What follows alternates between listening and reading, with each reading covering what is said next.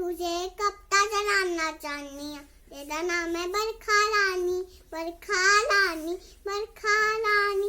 बारा तेरा पगड़ा पानी, कायदा अंडर मम्मी था क्या अखे बच्चों कपनी पानी।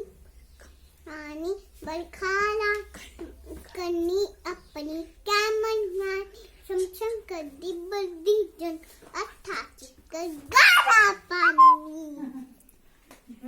रानी बरखा गिरते सोचा बनी सियानी, गोलू मोलू खेदन कुत्ता कुत्ता जाए कटतानी। बरखा रानी मारा तेरा पगड़ा पानी, कादा अंदर मम्मी था क्या अपनी बरखा आखे बच्चों कपनी पानी। नमस्ते कर दो। नमस्ते।